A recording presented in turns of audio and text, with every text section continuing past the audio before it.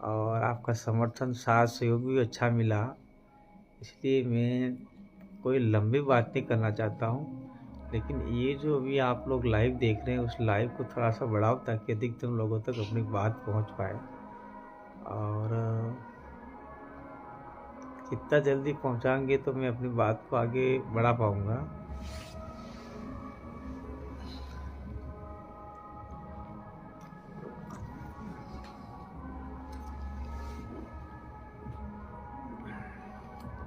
धन्यवाद साथियों।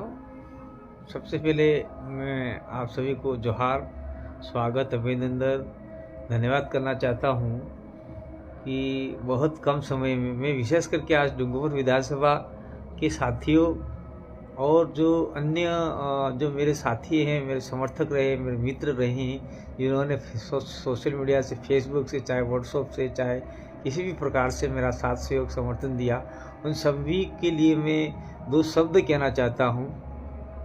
सबसे पहले विधानसभा के साथियों को कहना चाहता हूँ, आपने अपना कीमती समय निकालकर जो मेरे लिए नहीं, अपने पूरे समुदाय के लिए, अपनी विचारधारा के लिए आप लोगों ने जो समय निकाला, उसके लिए मैं आपको धन्यवाद अर्पित करना चाहता हूँ, कोटि कोटि नमन करना चाहता हूँ और आपको साधुवाद के साथ में जोहार करना चाहता हूँ, क्योंकि इतने कम समय में सबसे लास्ट में अपनी टिकट डिक्लेयर हुई और बहुत कम समय, जिसमें 2-3 दिवाली के निकल गई, बहुत तनी और 2 दिन वो अपने आपका आदर्श आचार संहिता वाले निकल गए।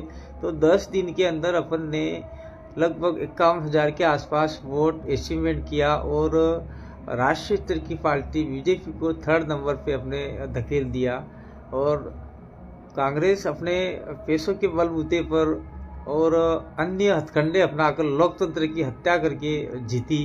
वो अपन कुछ सबूत भी, एविडेंस भी है, लेकिन उसको अपन लोग नहीं कहेंगे। अब जो हो गया सो हो गया, लेकिन इसमें अपन लोगों को कहा था कि रात भर आपको पैरवी करनी है, गाँव में लोग नहीं घुसने दें, तो आपने थोड़ी ढिलाई बरती, तो लोग घुस गए और दारू बांटा, पैसा बांटा, बकरे बांटे, मीट बांटी। ये एक दिन में लोकतंत्र की हत्या हो गई और खाकर ये लोगों ने वोट डाइवर्ट कर दिए, जिससे हमारा बहुत बड़ा नुकसान हो गया। और जो 5 साल के लिए जो हमारे हक अधिकार के लिए बात विधानसभा में जानी चाहिए थी, वो मात्र एक आधा किलो मीट में, एक पौवे दारू में और 100 रुपये में हमारा सब कुछ नुकसान हो गया। अब ये बात आपका कोई आगे तक नहीं पहुंचाएगा 5 साल तक। क्यों नहीं पहुंचाएगा? क्योंकि आपने सौदा कर लिया। आपने नहीं, जिसने किया उसने किया, उनके लिए कह रहे हैं। फिर भी मैं धन्यवाद देना चाहता हूँ 51,000 लोगों को, जिन्होंने दबंगता के साथ में मुकाबला करके एक विचारधारा को, मुझे नहीं, एक विचारधारा को आपने वोट दिया। जो हम लोग विगत 2015 से, यानी 9 साल से हम लोग जनजागरण कर रहे थे, उसका फल आपने दिया।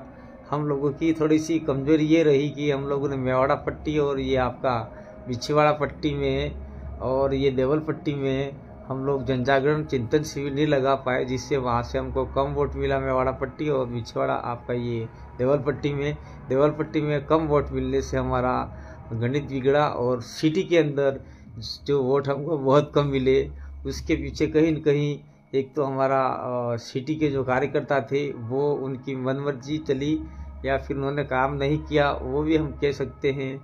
क्योंकि सिटी के अंदर हमारे पार्षद रहते हुए भी हमें कम वोटों से गुजरना पड़ा। ये हमारे दुर्भाग्यपूर्ण का विषय रहा। और मैं कहना चाहता हूँ भाई, अगर आप सभी जिन जिन लोगों ने मेहनत किया है, तो वो आने वाले समय में सरपंच होंगे, पंचायत समिति सदस्य होंगे, जिला परिषद सदस्य होंगे, आप लोग ही लड़ोगे और हम आपको निश्चित रूप से लड़वाएंगे। दूसरा, देश भर के जितने भी साथी हैं जिन्होंने सोशल मीडिया के मार्फत से मेरा हौसला अफजाई किया और जो मुझे ताकत दी लड़ने की, उसके लिए मैं आपको कोटि कोटि अभिनंदन जोहार करना चाहता हूं। और आपने मेरा जिस प्रकार से हौसला अफजाई करते हुए जो मेरे को ताकत दी, उस ताकत के लिए मैं आपको दिल से सैल्यूट करता हूं, धन्यवाद अर्पित करना चाहता हूं। और ऐसे ही मेरा हौसला अफजाई करते रहिए। और मैं हमारे स्थानीय साथियों और जो देश भर के जो साथी हैं उनसे मैं कहना चाहता हूं कि चाहे देश भर का मामला हो, चाहे हमारे राजस्थान का मामला हो और या बिल प्रदेश का मामला हो, मैं तन मन से लगा हुआ हूं। और जहां भी शोषण, अत्याचार, अन्याय होगा, वहां पे दिन हो या रात हो, जहां पे मुझे सूचना मिलेगी, निश्चित रूप से मैं उन लोगों के बीच में पहुंच के शासन प्रशासन सरकार से जो भी हमें मांग करनी पड़े, लड़ाई लड़नी पड़े, संवैधानिक तरीके से, लोकतांत्रिक तरीके से हम लोग लड़ाई लड़ेंगे और निश्चित रूप से हम लोग ये काम सब लोग मिल के करेंगे। और मैं यहाँ के स्थानीय साथियों से कहना चाहता हूँ कि आपको ज़्यादा घबराने की ज़रूरत नहीं है और आपको ज़्यादा मायूस होने की ज़रूरत नहीं है। आप लोग सावधानीपूर्वक काम कीजिए, लोकतांत्रिक तरीके से काम कीजिए, कानूनी रूप से काम कीजिए। आपको कोई डराता है, कोई धमकाता है तो आप मुझे रात को दिन को फ़ोन कीजिए, तो मैं निश्चित रूप से आपके बीच में खड़ा हो जाऊंगा। और आपका मन छोटा मत कीजिए, आप रोइएगा मत। अगर आप लोग रोने लग जाएंगे तो जो आपका कर्जा धरता है, जो आपको चलाने वाला व्यक्ति है जिसमें मैं, तो मेरा क्या हश्र होगा आप जानते ही है। जहाँ मैं आज दिन भर से खबरें ले रहा हूँ कि ये कार्यकर्ता रो रहा था, ये वो रो रहा है, कुछ कार्यकर्ता मानसिक रूप से भी थोड़े ग्रसित हो गए, तो ये ठीक जैसा माहौल नहीं है। अपन को ऐसा नहीं करना है, अपन को आगे और लड़ाई लड़नी है और आगे की फाइट में निश्चित रूप से हम लोग निकलेंगे। और आगे की फाइट किस प्रकार लड़नी है वो कार्यकर्ता तय करेंगे और आगे की फाइट के अंदर कार्यकर्ता तय करने के बाद में ही आगे की फाइट को लड़ा जाएगा। और जिस प्रकार से इस विधानसभा में आप सभी लोगों ने मेरा साथ सहयोग दिया और मुझे समर्थन दिया, रात दिन दौड़े, उन सभी को लिए मैं साधुवाद और धन्यवाद जोहार करना चाहता हूं। और मैं उनके लिए भी कहना चाहता हूं कि विधानसभा के साथी कुछ नाराज़ चल रहे थे या फिर प्रचार में नहीं आए, उनको भी धन्यवाद देना चाहता हूं कि आज मेरा नंबर था, कल आपका भी नंबर हो सकता है। तो हम सब एकता के सूत्र में बंध के अगर लड़ते तो निश्चित रूप से अपना काम हो सकता था। लेकिन ये जो द्वेषता की भावना को लेके चल रहे हैं, चलेंगे तो निश्चित रूप से अपना ही नुकसान होगा। दूसरा ये मैं कहना चाहता हूँ कि हमारे जितने भी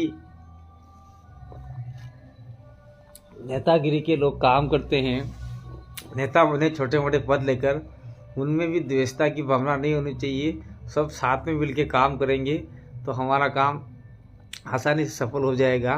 दूसरा, राजस्थान के अंदर कांग्रेस सरकार की विदाई हुई। मैं अशोक जी गहलोत को धन्यवाद देना चाहता हूं कि आपने भी 5 साल तक जनता के लिए अच्छे काम किए होंगे और अभी वर्तमान में जो आप विपक्षी भूमिका निभाते हुए अच्छे काम करेंगे। और अभी वर्तमान में बीजेपी सरकार बैठने वाली है, उनको भी मैं धन्यवाद देना चाहता हूं कि आप भी 5 साल तक जनता की भलाई के लिए अच्छे काम करोगे और भय, डर और आपका सड़क, बिजली, पानी की मूलभूत सुविधाएं जो है उनको भी ख़त्म करोगे और आदिवासी क्षेत्र की जल जंगल ज़मीन की समस्या है उसको ख़त्म करके हमारे इलाके के लिए आप लोग काम करोगे, ऐसी आशा और विश्वास है।